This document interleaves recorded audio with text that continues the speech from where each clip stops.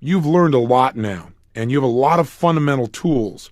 So we're going to focus on you just getting yourself to apply some of the fundamentals that you've already learned consciously. I want to get you to apply them to make some specific changes. And what we want to address in this particular tape to start with is a major thing called fear. Fear of failure and fear of success. If there are any two labels in our society that we've learned to link both a mixture of pain and pleasure to, it's those two known as failure and success, and they are totally interwoven. What do I mean? First of all, what is fear and what does it do to us? A long time ago, I heard a simple, but I think a very useful way of looking at fear. First of all, we know it's an emotional state. That's all it is. But it's an emotional state where our brain is activated to avoid pain. That's really what it is. It's a state of major concern where our entire nervous system gets activated. It can be a very powerful state.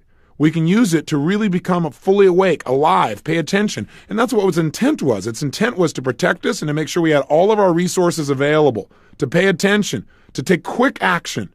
It helps us to get access to our deepest resources of fight or flight.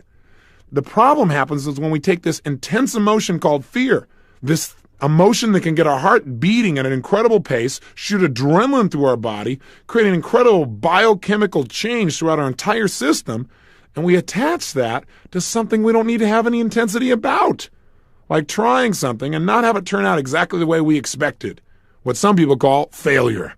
Boy, isn't that insane? And then all of a sudden we find ourselves no longer want to try things because we don't want our nervous system to go through that havoc of massive pain. We've got to break this pattern. We've got to learn that the fear is not what we want to avoid. Fear is a useful emotion in the appropriate context. We don't want to eliminate fear. But what we want to do is eliminate fear where it's limiting us and not supporting us. So a useful way of looking at fear for most people is most people anticipate the potential of problems or pain and generate this emotion known as fear. In fact, I heard somebody once call fear, F-E-A-R, false evidence that appears real. Probably a good metaphor for it. How often have you gotten afraid about something or really concerned about something or really worried about something, had all this pain, all this concern, and then it didn't even happen? Yet, you know what? It did happen. It happened in your body. You might as well have had the problem. You might as well have had the tragedy because your body went through the same exact experience as if it had happened. In fact, it was worse. If it would have happened, you would have done it once. But since you were waiting and thinking about it and fearing it, you may have run the same movie in your head many times. You've heard the phrase that says, a coward dies 1,000 deaths, a courageous man only one. You got to learn to get control of it. Now, let's relate it directly to this thing called failure and success.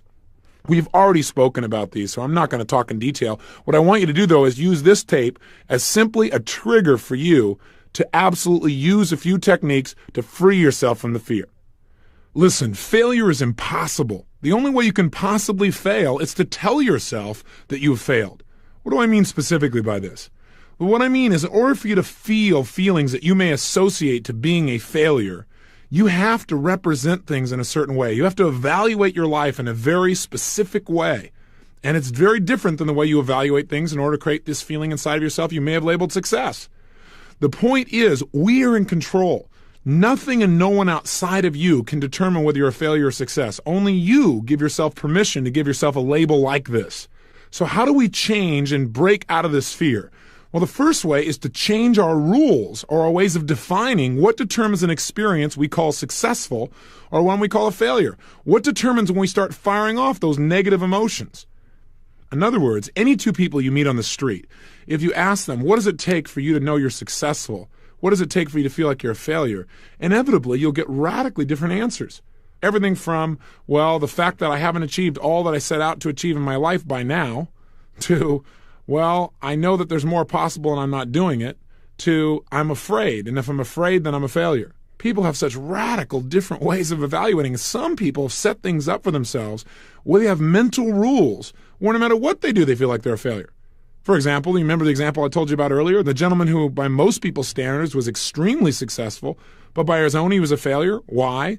Because in order to be successful, you'd have to be earning $4 or $5 million a year, and he's only earning $2 million. Think about it. His definition of failure is anybody who earns less than $4 million a year. You might want to create better rules for yourself so it's a lot easier and you don't have to worry about having that kind of fear. Conversely, you ask people about what does it take to succeed. Some people say, I have to never, ever feel bad. Or they say, I have to achieve my goals. Or other people say, I have to be breathing or above ground. Remember the example?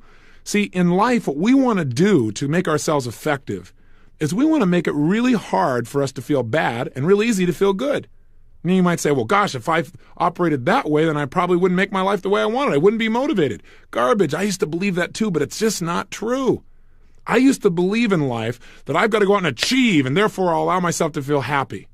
But I've chosen to look at life differently, where I now happily achieve instead of achieve to be happy. I'm going to tell you something. It radically changes your personality.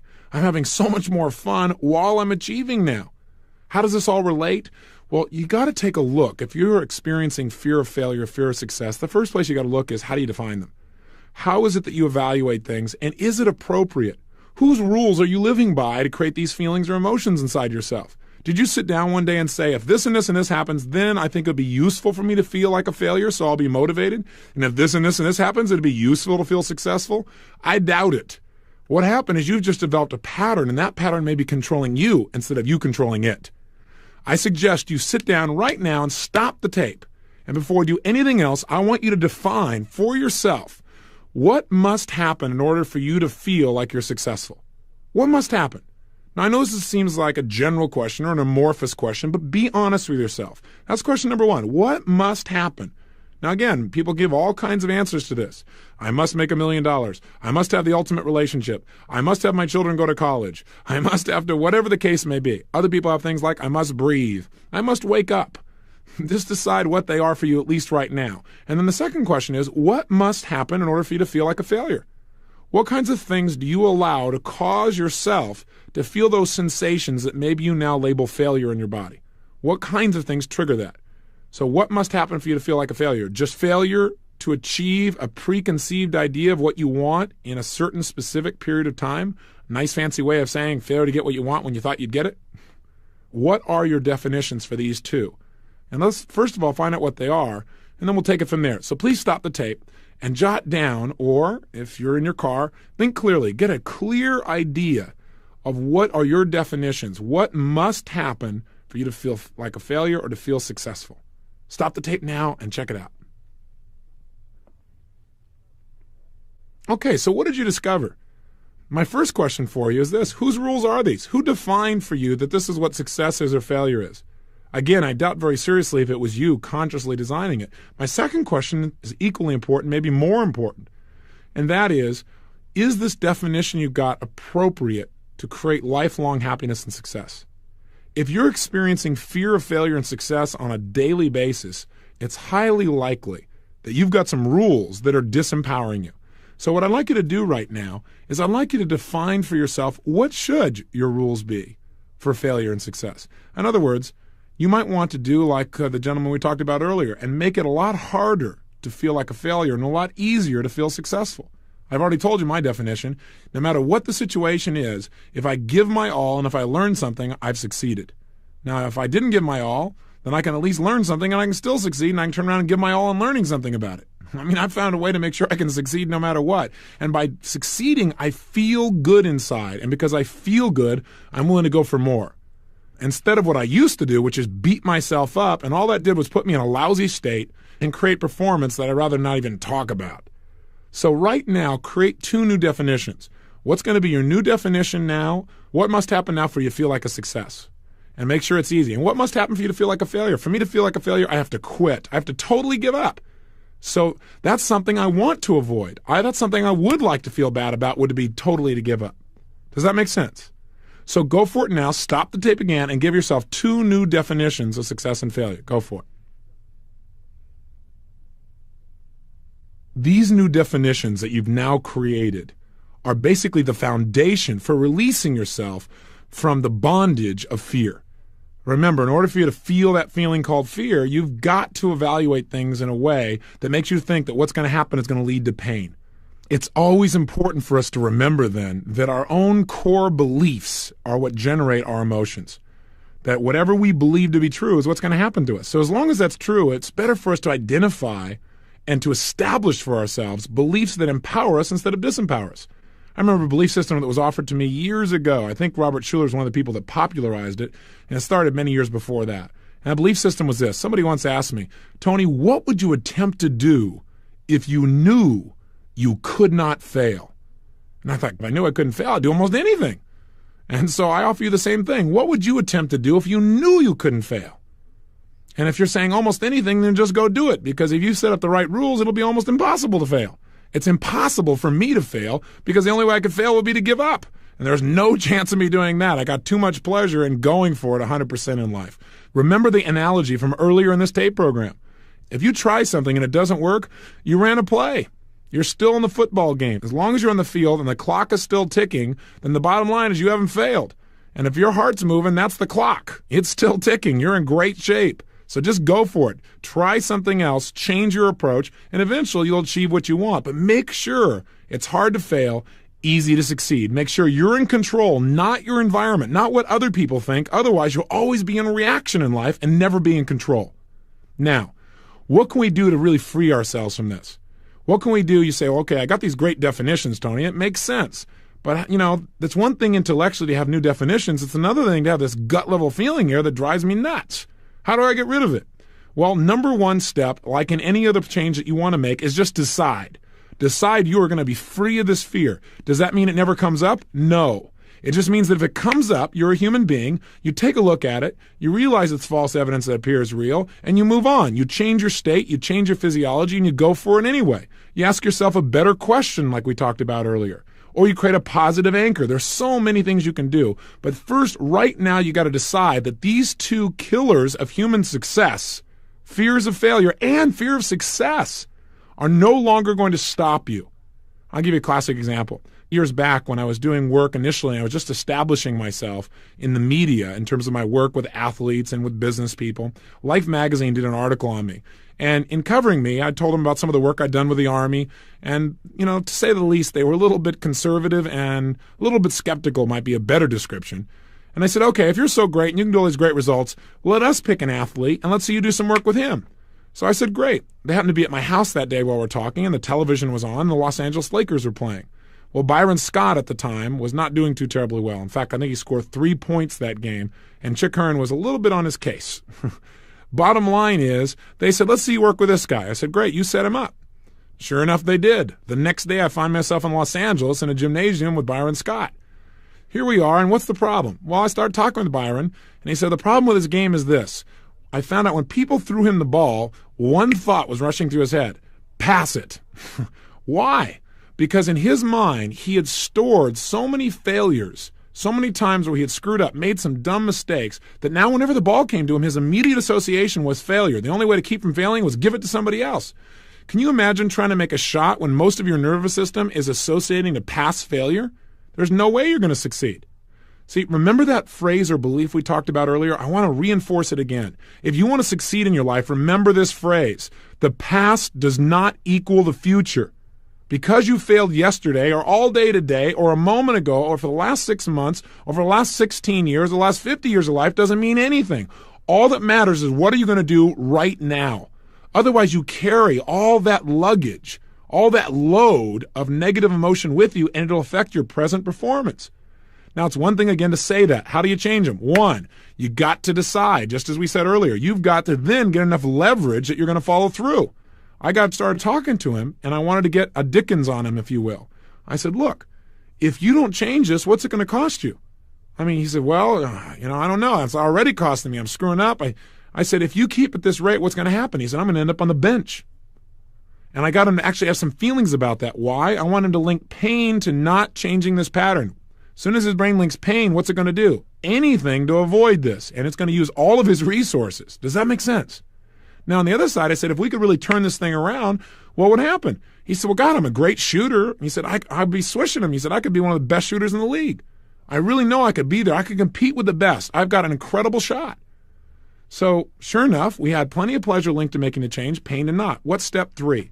Step 3 is what I want you to do with your ideas of failure from the past. It's a simple way of changing your neuroassociation so you don't have any negative feelings linked anymore. How do you do it? It's real simple. I took Byron Scott and I said, look, here's what I want you to do.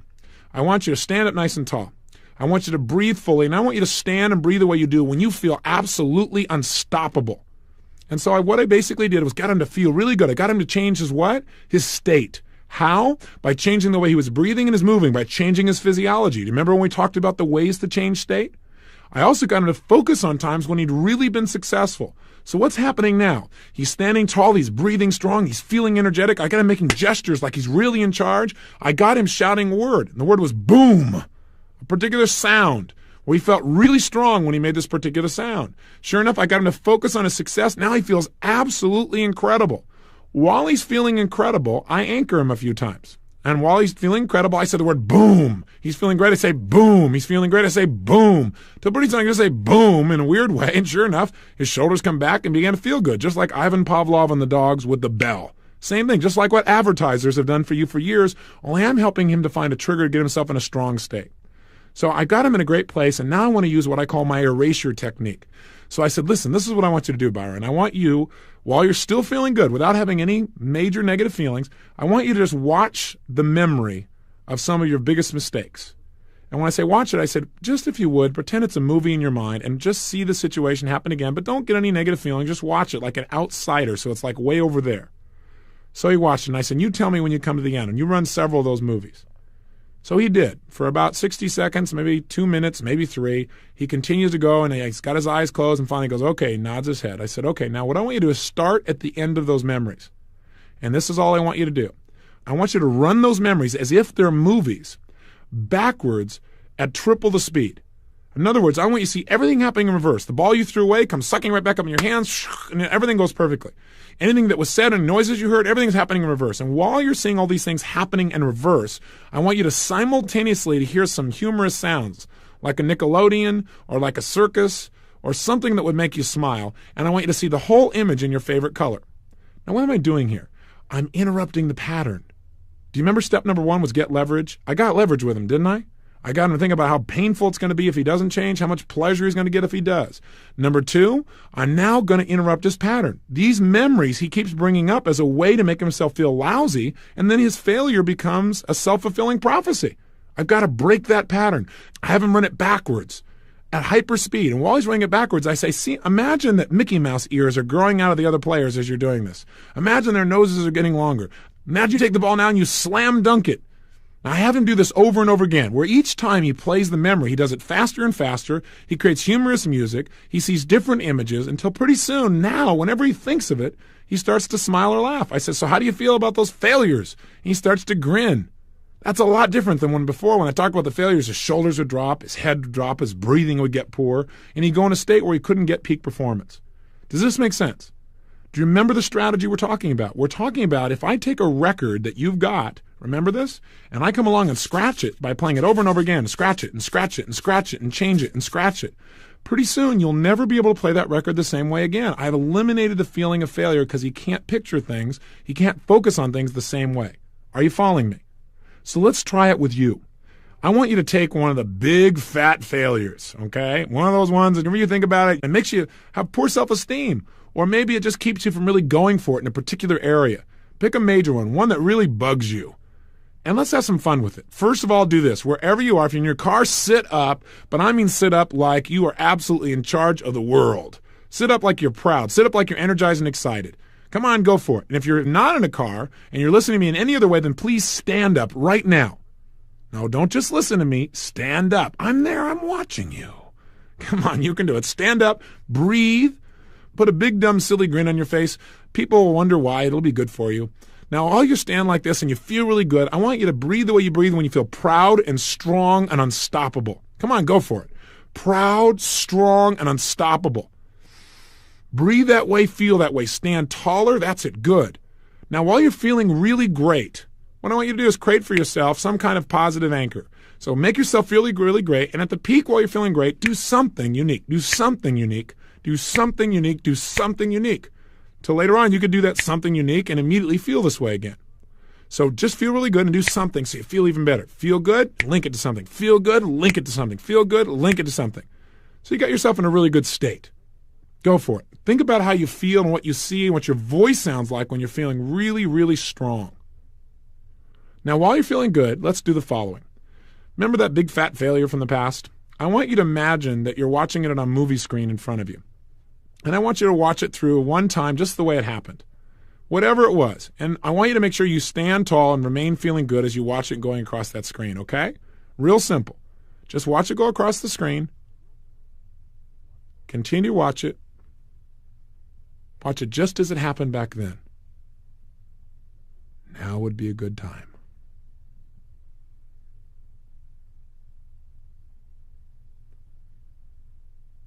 And see everything just as it happened then. And you may feel some of the feelings, not quite as bad as it was then because it's outside of you. All the way to the end, and then just finish up and come to the very end of the situation where you felt bad because you'd failed. Okay? Finish up, come to the end. If you need more time, you can stop the tape. Otherwise, you should come to the end now. Great. Stop at the end, and here's what I want you to do. Standing tall again, feeling really good. This time I want you to get a little bit outrageous. So not only stand tall and feel strong, but put the big silly grin on your face, be a little outrageous, and pretend like you're a little kid again who's about to have some fun. Now don't be like an adult. Adults go, oh yeah, okay, I'll do another exercise. Kids will have fun. They'll go for it. Just be playful. Be outrageous. So here's what I want you to do. With a smile on your face, I want you to close your eyes and imagine that same memory, but here's how you're going to do it. I want you to start at the end of the memory. In other words, right after you had failed.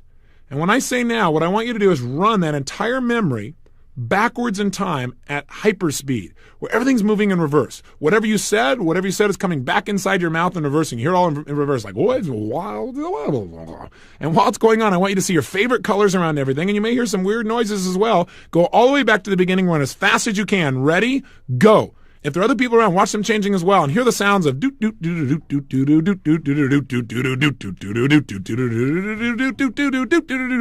at the beginning, and watch people around you. If somebody else was there and they were upset with you, or they made some weird look, watch them develop Mickey Mouse ears getting really huge, and watch their nose getting bigger. That's it. Run all the way to the beginning until you're right in the very beginning again.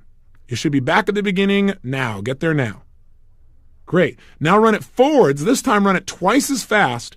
But again, if there was anybody else around and they were giving you a hard time or you felt embarrassed, watch them shrink down and pick them up in your hand and whisper to them that it's okay. Ready? Go. Run forward as fast as you can. See the same memory. Come on, faster and faster. Everything's happening as fast as you can possibly make it go. Make all kinds of different colors. Put rainbows across people's faces. Again, their ears are getting big. Watch a few of these people shrinking down. Pick them up in your hand and say, it's okay. Don't worry about it. That's it. Good. Put them back on the ground. Watch them grow back up. Come on, go forward. Make all kinds of bizarre pictures as fast as you can. Run all the way through to the end. Stop. You should be right back at the end. Now, again, you're going to run it backwards, only this time when you run it backwards, listen to it to your favorite music. Make it like an MTV video of some bizarre sorts. Ready? Run it backwards as fast as you can. Go. As fast as you can. Zzz. Watch it all reverse, everything moving reverse, all the voices and everything else going reverse, all to the beginning. Run it forward again as fast as you can. We're doing this as fast as we can. Go zzz, all the way forward, all the way to the very end. Come on, faster, faster, faster, faster. Run it backwards again. Do this 6 times, back and forth, back and forth. Each time, change something in it a little bit different. Each time, see something shift a little bit. Make it a little bit more outrageous. That's it. Great. Every time, make it even better. Make it weirder. Make it more bizarre. Back and forth, back and forth, back and forth, back and forth. As fast as you possibly can. Make the whole thing black and white now. Now make the whole thing a rainbow, where everything you see, people, places, things, yourself, you're in rainbow colors. Good. All the way to the end. Run it all the way back to the front again. Excellent. Now, let's try something. First of all, with a smile on your face. Now go back and think about that memory that was bothering you so much and tell me what happens now. Yeah, as you go through it, you might see a Mickey Mouse. Don't listen to those sounds. Be careful. All the way through to the front. That's right. And right now, when you do it, what happens? Do you have a smile? Do you at least have neutral feelings? If not, you just run this pattern a few more times. All we do is we interrupt the pattern. It's what I do with Byron. It's what you can do with yourself. It's called an erasure technique. Instead of like next time you feel really bad and you feel like, oh God, I screwed this whole thing up, learn your lesson. If there's something you didn't do well, figure out, okay, what can I learn from this? Good question to ask yourself. Once you learn the lesson, then get rid of the negative feeling by using your erasure. Otherwise, you'll keep playing the same memory over and over. You keep saying the same things to yourself. Just keep picturing the same things. Keep feeling the same things, and all you do is feel like heck. And you're not going to have a better performance. Use the erasure technique, and you can't believe what will happen. So what do we do next once we erase the failure? Well, in Byron Scott's case, all of a sudden he started feeling good. He doesn't feel like he has to be afraid. Somebody gives him the ball, and hey, he's going to do well. So what do? Well, now I want to just not overcome his fear of failure, but ensure he's going to have even more success. How do we do that? We get ourselves in a peak state. So all I did was reinforce his anchors, and that's what you can do for yourself. I got him in his best states. I got him to remember times when he had performed at his best. And right at the peak moments when he felt like, God, that's a swish, boom, I made that sound. Another time I had him rehearse. Right at the peak moment, I had him make the sound as well. Boom. Did it over and over again until pretty soon all we had to say was boom. And he went right into that perfect state where he knew he was releasing the ball and he absolutely knew he was going to swish it. It was going to be a perfect shot.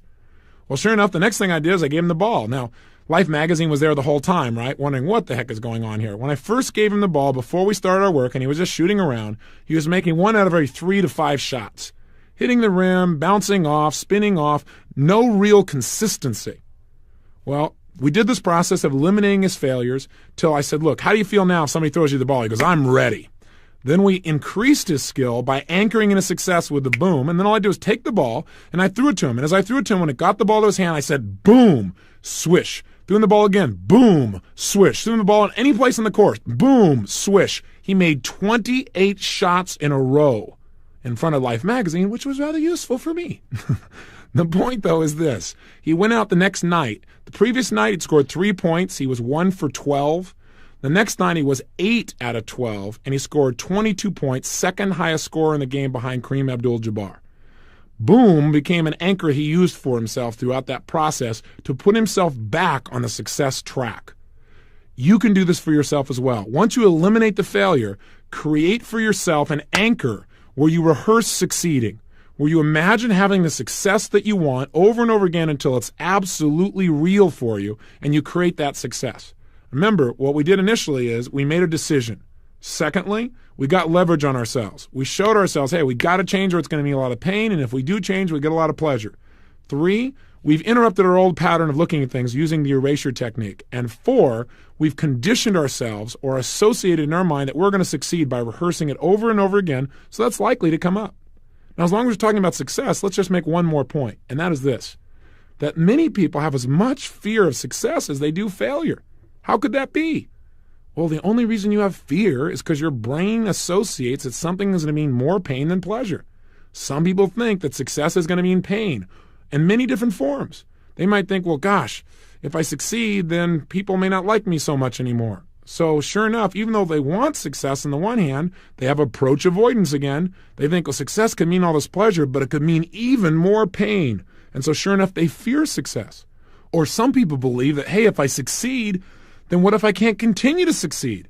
Therefore, it would mean I failed. And so they actually fear success because they believe that if they have a higher standard of success now, it's easier to fail.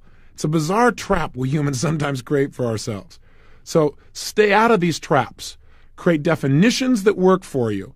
Condition yourself so that you no longer feel those sensations you used to call failure, and move yourself ahead by programming yourself for success.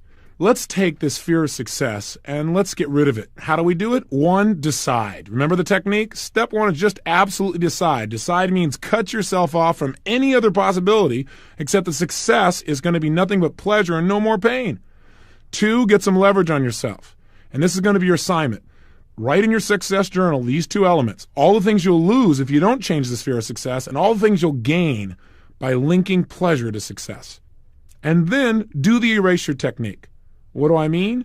Think of these ideas you have about success and how it could be painful, and run them forwards and backwards, and make them so weird and scrambled until pretty soon you could never think that way again. In fact, it would make you giggle or laugh or just think how absurd. That's all it takes. Free yourself, interrupt the pattern, so you can now establish a new pattern of success being something that you're driven towards instead of something you avoid. As soon as you're done with that, we're going to go into how to overcome fear of rejection. And take heart. We'll do this very shortly. It won't be as long as this side, but do your homework first, okay? See you in a minute or 2. Now that we've talked about the fear of failure and the fear of success, let's take a look at this thing called rejection. Gosh, if you talk about an emotion that grabs people, one that most people associate massive pain to and will do almost anything, including ridiculous things to avoid, it's rejection. And again, the only way you can feel rejected, just like any other emotion, is if you make yourself feel rejected. There is nothing and no one outside of you that can ever generate that painful emotion inside of you except you. Remember, it's just a physiological storm in your brain. And what you are is the person who sets it off just by the triggers you give yourself. You've got rules to create rejection. And you know what? I think most people are afraid of failure, not because failing would be painful, but because they're afraid if they fail at something, other people aren't going to like them as much, or somebody might reject them. Or if they succeed, they might get rejected. I think rejection is really the core fear behind both of those. Now, not always, but a good deal of the time. So how do we deal with this thing called rejection? Well, let's do it the same way we've already handled these other emotions, like failure and success. Piece of cake, right? Let's go through a very simple process. Let's use some of the same technology. By the way, this isn't the only way to deal with it, but as long as we're doing it today, let's get in practice. Step 1, decide you are not going to allow this limiting feeling or emotion to control your life. That what you're going to do right here and now is set things up so it's very, very difficult or impossible for you to feel rejected. 2, get enough leverage on yourself that you'll follow through. So again, what you're going to do when I ask you right now is you're going to stop the tape, and I want you to write down 2 things. You know how this works. Number 1, what is the price you will pay inevitably in your life if you do not control this thing called rejection? What are you going to have to give up? What are you going to miss out on? How many people are you not going to meet? What kind of relationships will you never create? How many business opportunities will you never try? What's the price you're going to pay long-term in your life if you don't handle this fear called rejection? And really put it on yourself. Get real. Stack the anchors. Make it painful. We want to cause our brain to associate that the idea that causing myself to feel rejected is going to create ultimate pain in my life called losing everything that matters. And then 2, your second exercise, and please do this in your success journal, is to write down what is all the pleasure, what are all the benefits you gain in your life if, in fact, you were able to free yourself from the fear of rejection. If you were able to just go for it, not worry, not wonder, not be concerned, not run these voices inside of your head about, did I do it right or not? If you could just free yourself, what would you gain? What level of confidence would you have? What level of success? How much action would you take? What kind of results could you create? And really sell yourself on the massive pleasure you'll gain by freeing yourself from this fear. Stop the tape right now and do this piece of homework, okay? I'll talk to you in about 2 or 3 minutes. Go for it, full on. Begin now. Okay, now you should have created the appropriate carrot and stick for yourself. The stick that says, I got to handle this or I'm going to pay ultimate pain, and it's a lot more painful than the rejection itself. I got to get rid of this fear. And the pleasure that says, gosh, if I get rid of this, think of all the incredible things I could have in my life. This means your brain is conditioned and ready to change. So what do you do next? Simple. Do what we did with success and with failure. Create a new set of rules about what must happen before you're going to allow yourself to feel rejected. For example, right now, your rules for rejection might be, in order to feel rejected, what must happen is just somebody disapprove of you or somebody not give you approval. For some people, that's rejection. If you share an idea and they don't agree with you or they don't even get enthusiastic, some people go, they rejected me. They make it so easy to feel bad. It's a joke, and that keeps them from moving ahead. Maybe you want to change your rule so that now, in order for you to feel rejected, someone would have to demonstrate for you that you consistently violate your own standards, your own values, if you will. Maybe that would make you feel rejected because you knew they were right. But somebody just disapproving of your own view or your own approach certainly can't create that feeling inside of you. Free yourself. See, that's really critical. You've got to come up with a great definition. I remember hearing a great story about Buddha. Buddha was well known for his ability to respond to evil with good. And there was a man who knew about this reputation who traveled for miles and miles and miles to test Buddha. And what he did is when he got in Buddha's presence, he verbally abused him constantly. He challenged him. He insulted him. He did everything he could to try and offend Buddha. Buddha was unmoved. He simply turned to the man and said, "May I ask you a question?" See, even Buddha asks questions. All masters do. But you learned that earlier, remember? The man responded by saying, "Well, what?" He said, "If someone offers you a gift and you decline to accept it, to whom then does it belong?" The man said, "Well, then it belongs to the person who offered it." Buddha smiled. "That is correct. So if I decline to accept your abuse, does it not then still belong to you?" The man was speechless and walked away. This might be your strategy for how to deal with a rejection. Be a Buddha. Go for it. Don't allow anybody else's view to destroy the way you feel about you. Take another look. That does not again mean don't listen. It just means don't just accept things at face value. We all have a right to our own perceptions. And by the way, do sometimes people get in state and get angry about something and communicate where they might feel differently in another situation? They may not be rejecting you. They may be in a rejecting state. So don't allow that to affect you. So let's start right now by having you create a new set of rules for yourself. What must happen for you to feel rejected? And make it tough to feel rejected. Set a high standard, one that will really support you. Stop the tape now and create a new rule or rules for what it takes to feel rejected. Another way of looking at it is you might want to set it up that the only way you can feel rejected is if somebody says something and you agree with them 100%. Hey, then you're right. Maybe you should be rejected. Maybe you should have some pain. Maybe it's something you're doing that you don't want to continue to do in the future. But again, make sure you make it tough on yourself to feel bad, and make sure your rules support you in your own personal growth, not something that limits you. Another strategy that'll help you is to realize that no matter what somebody says or does, they're not rejecting you. They're rejecting your idea, or they're rejecting their impression of you in this moment. And certainly you're more than what you just said or what you just did or the way they're looking at you right now. Hey, all of us have met people at times who we didn't feel real attracted to or really liked, but maybe later on we grew to like the person or grew to be attracted or grew to become a friend with them. So initial impressions, initial feelings of someone saying they don't like you or someone not responding to you the way you want is not permanent. Remember, the past does not equal the future. Someone rejecting you in the moment doesn't mean in a moment later they're going to continue to reject you. They may begin to like you very rapidly, unless you're walking around wounded and can't allow yourself to continue to communicate in a way where you get through to somebody. So break out of the trap. Okay, so what have we done so far? You've decided to make the change. 2, you've gotten some leverage on yourself. 3, you've created some rules that make sense, where it makes it a little tougher for you to feel rejected. But what else can we do to assist ourselves? Well, one thing is to realize if you really want to succeed in life, remember this. Massive rejection is the key to success. You might have a new rule that says if somebody's rejecting me, it probably means I'm on the right track. If nobody's rejecting you, you're probably insignificant. You're probably not doing anything. I mean, think about it. The most successful people in the world are those who were rejected more than virtually anybody else. Do you know programs like MASH, a television program that was on forever, was turned down by over 32 different producers? 32! They all said it was crazy. Sylvester Stallone. Here's a man who now earns, $20 million a movie? How does he pull that off? Do you think it's because he walked in one day into a casting office and said, "Hey, Adrian," and they went, you're a star. I love that voice. That look on your face. You are really material. No. They said, look, learn how to talk, buddy. You're never going to make it here. He was turned down by over 1,000 agents. But he just kept coming back for more. And you know what? When that didn't work, the guy just kept on going. In fact, he wrote his own movie starring guess who? Yo, Adrian. Same guy. And you know what? Everyone turned this movie down. They said, what a stupid idea. This will never succeed. Over and over again. Finally, one company offered to buy it, but only if he wouldn't star in it. In fact, they offered him money not to star in his own picture when he desperately needed it. How's that for rejection? He was living in New York City. He had no money left, barely paying his rent, and they offered him all this money not to star in his own picture.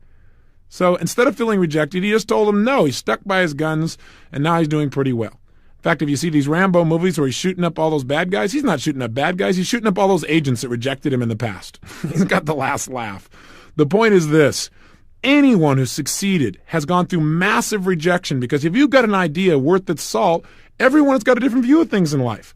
And what's going to happen, in order to get it out there, you're going to have to receive much more rejection than you're going to receive acceptance. But see, all you need is acceptance from the right person, and you can make your idea a reality. But here's the key. You can't allow the rejection to affect you emotionally because otherwise you just give up, which is what most people do. If you want to succeed, remember, massive rejection is the key to success. How's that for a phrase to remember? In addition, you can take anything you used to feel like was rejection from a person, a place, a situation, and you can get rid of it using the erasure technique just like we have here earlier. And let me offer you one more possibility or approach. Condition yourself so that when somebody rejects you, it actually makes you feel stronger. You say, well, how could I do that? Same way you condition yourself to feel lousy back in the old days. That is, create a new neuroassociation. How do you do that? Real simple. Make yourself feel incredibly strong. Whatever it is, put yourself in a state where you feel unstoppable. And while you're feeling that way, create an anchor. Feeling absolutely unstoppable, create an anchor. Feeling absolutely like you can do whatever it took to succeed, create an anchor. You do it over and over again. Now remember, you got to stand, you got to breathe it, you got to feel it, you got to be fully associated. Now, what do? Imagine somebody rejecting you, and right as they're rejecting you, bam, fire off the anchor and make yourself feel great. Somebody rejects you, bam, make yourself feel great. Somebody rejects you, bam, make yourself feel great. Over and over again until you literally condition yourself so that rejection triggers you to feel strong. Now, I know this may sound difficult or even impossible, but it's actually very easy. I've done it over and over again in my seminars for more than a decade and a half. In fact, one of my favorite seminars I've done for the last 10 years is called Unleash the Power Within, because in that program, we flat change people's conditioning, and we do it in minutes. In fact, maybe you've seen this program because now, because of my alliance with United Artists Movie Theaters, we've created what we call the EmpowerNet, where literally I'm doing the seminar live on these huge screens where I'm connected with you. And I do the entire program there. So you may go to a United Artists Movie Theater and you're waiting to see a movie trailer, and there's my smiling face going, "Hi, come to Unleash the Power Within." But the point is, in these programs, we show people how to break through any fear. I mean, anything that stopped them in the past, we handle it. I don't care what it is, and we do it by conditioning. For example, we take people right out of the audience, and we do it in all the different theaters, and we have them get up, and we take an example, like someone who's deathly afraid of rejection from the opposite sex, where they can't follow through. And we wipe it out right there in less than 15 minutes, including people who have total phobias. I'll give you a classic example. I was doing one of these seminars in San Jose, California years ago when a woman, approximately 200 pounds overweight, stands up and she raises her hand as having had a major fear of the opposite sex. So I said, "Well, tell me, how do you feel about men?" And she explodes into tears and begins to shake like crazy. Well, she does this. I used to respond to people by saying, "Oh, it'll be okay, it'll be okay." But again, that doesn't change people's states. What do you got to do? You got to interrupt their pattern. So she starts crying hysterically, and I said, "Please stop urinating on your face." She said, "What?" I said, "Please stop urinating on your face." And she starts to giggle like crazy. As soon as she's giggled, I've interrupted her pattern. I anchor her feeling good. I anchor her in laughter till pretty soon I can just touch her in a certain way and she starts giggling. Well, long story short, I get her on stage and I get her to do what I've asked you to do. I get her to feel absolutely incredibly strong, and then I anchor that feeling over and over and over again, where she feels strong, where she feels sexy, where she feels in charge. Then all I have her do is rehearse in her mind over and over again somebody rejecting her, but she feeling stronger. Well, the more they reject her, the stronger she gets. And then I had her pick a role model. She picked Jacqueline Bisset, somebody who she thought could get a date with any man. And I had her imagine that Jacqueline had taken over her body, and no matter what a man did to reject her, she would still get the date. And she was to actually watch what Jacqueline did with her body and her face and her voice to make that happen. So she had a role model. And she practiced it over and over again. Well, the more rejection she got, the more committed she got to getting the date. Well, to make a long story short, after about 20 minutes of conditioning, this woman was a monster. I then unleashed her on the men in the audience. I said, "Pick out a man in this audience you'd like to have a date with." Well, I got to tell you the truth. When she pointed to the group, most of the guys ducked their head. But she went out there and took this guy out of the audience. And sure enough, she said, "I want to go out on a date with you." He looked at me like, what to say? I said, "Reject her viciously. Tell her she's a fat slob and she's ugly." So he did. But while he was screaming at her, she was firing off her positive anchor. So sure enough, he's going, "You're a fat slob and you're ugly," and she's feeling good. "Fat slob and you're ugly," and she's feeling good. "Fat slob and you're ugly," and she's feeling strong. She goes, "You're right. I may be overweight, but there's a great woman inside of here." You talk about a shift. And that kind of thing can happen for anybody. Little sideline to the story. 2 days later, the seminar is 3 days long. 2 days later, she comes up and shares with the audience. She said, "You know, this thing has changed my entire life. Some of you men have discovered that." And she said, "I want you to know something. The reason why I gained so much weight, I just finally realized." She said, "I was sexually abused by my father from the time I was 5 years old until I was 12. And she said, "Believe it or not, when I was 12 years old, my father stopped sexually molesting me and started molesting my other sisters, and I felt rejected." Can you believe that people could create that kind of association? She said, "I hated it when it was happening, but then I felt even worse because now he didn't even want me." She said, "Ever since that day, I've been doing this," and she pulled off a wig, and she was almost completely bald. She had little wisps of hair. She said, "I've been pulling my hair out every day since then." And I had to share this story with you because for the last 2 days has been the first time since I was 12 years old when I haven't pulled my hair out. I want you to know, no matter how much fear you've got of rejection, it probably isn't anything close to that. No matter how many challenges you've got, it's probably nothing close to that.